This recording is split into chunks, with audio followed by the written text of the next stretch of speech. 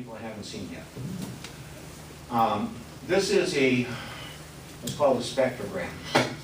This data was taken up in Michigan, up in the Thumb area, roughly 1,500 feet away from a turbine.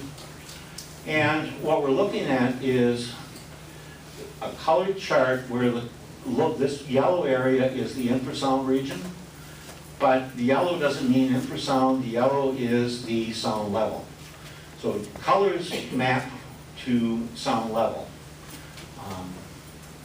I can barely see that, but from where I'm at, I hope you can see. Up here, at about 300 to 500 hertz, you'll see a bunch of little slashes of purple.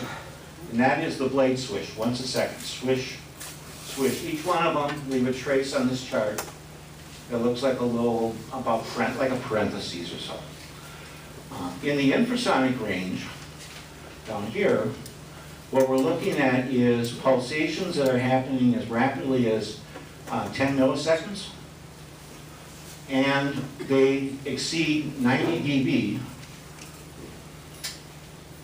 at places like, wherever you see the little white in between them. Let me explain it this way. Red is quieter than yellow, so when you look at here and you see yellow, red striations, that's the sound level pulsing rapidly, very rapidly. This 10 millisecond timing is what Dr. Salt, in his study, is looking at in terms of how the vestibular organ picks up these little pulsations and sends them to the brain as though we were detecting motion. But since we're not detecting motion, it adds to, well, as one of my clients said to me, I'm sitting in my easy chair, but I feel like I'm moving.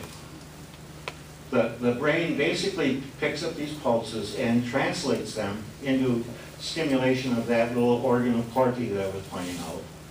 Because you're not moving, the brain's going, well, I'm picking up movement, but my eyes are seeing everything still. And this leads to a situation where your senses are not coordinated, and it causes you to feel uncomfortable.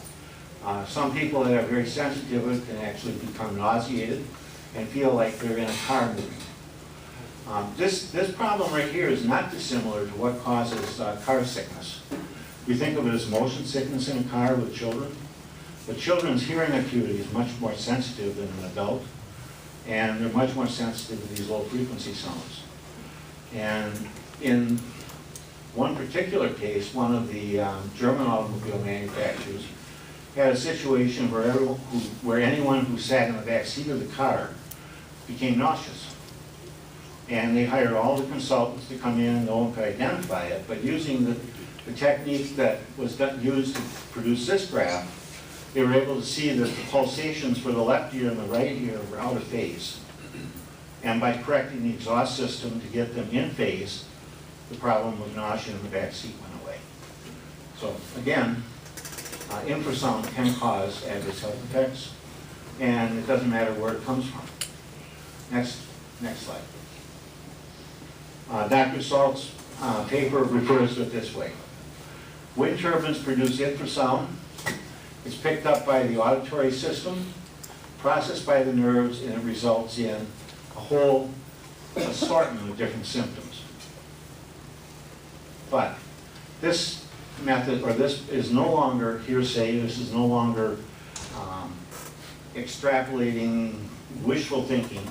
This is peer-reviewed, published information by a researcher who is funded by the National Institute of Communicative and Speech Disorders. He's a well-recognized, independent, unbiased researcher, and he can trace this mechanism. Next slide. Well, we look at the standards we have here. In Michigan, the Department of Economic, Department of Energy, Labor, and Economic Growth, and the wind industry guidelines have been advocating 50 dBA or L90 plus 5, which are greater. So the L90 plus 5 does come into play, but only if the sound level in the community is already over 50. There's no provisions for limiting low frequency. And limits apply apply to sound levels measured at the homes, not at the property lines. George Camperman is one of the senior acquisitions. He was one of the first people hired by Goldfarb and Newman and ran the Chicago office for many years. He's now in his mid-80s. He's semi-retired, but I asked him to collaborate with me in his retirement to produce a set of guidelines that would be based on avoiding adverse health effects. And what we recommend is that a standard is not to exceed the lower of 35 dBA or a background of LA 90 plus 5, where LA 90 is measured during the quietest time of the night.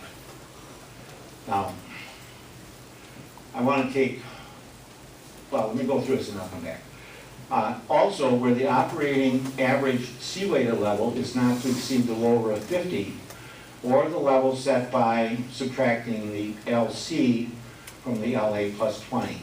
And this again is a rule of thumb for when low frequency sounds begin to become a problem in homes. That the limits should apply at property lines. The use of a non-participant's property as a de facto noise easement is not permitted.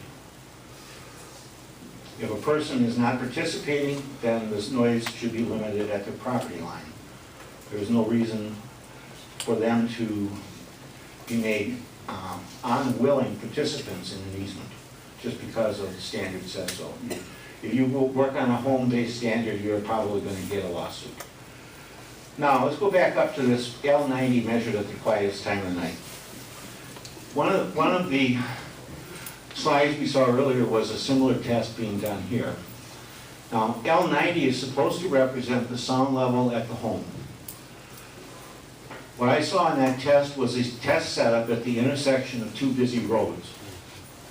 That's not where people sleep. People don't sleep at the corner of the intersection. So the LA 90 at the corner of an intersection is of really very little interest. What's happening on their property, what's happening on their patio, what's happening outside their bedroom window is what we want to know. And those levels in quiet rural communities will probably be 25 and almost always less than 30 dBA at night.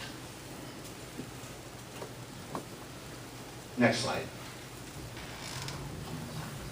I have an example here of two different communities in Michigan. Emmett County, up near Pt6, has adopted a standard in which any proposed wind turbine system shall produce sound pressure levels that are no more than 35 decibels as measured on the dBA scale at the property line of the site in question. Following construction and operation, the wind turbine system unintended or misrepresented nuisances, excuse me. They actually have a clause in there that says if the developer basically fiddled with the projections, that there's some price to be paid. And so they say if after the construction and operation of the wind turbine system, there's shadow flicker, noise levels, or vibrations that exceed those that were projected by the developer, the wind turbine system shall not be operated until such nuisance is eliminated. Just to keep everyone honest, I guess. Leelanau County, that's the little peninsula that, up by Traverse City. Centerville Township, property line and road setback, the setback of an anemometer tower or wind turbine system from any adjoining property line and any adjoining private or public road shall be no less than 10 times the diameter of the rotor. If necessary, the owner-operator shall secure recorded lease agreements or easements with adjoining property owners to achieve these setback agreements. We're not blocking people out, we're saying get people to participate such that they get something for the additional noise they have to put up with.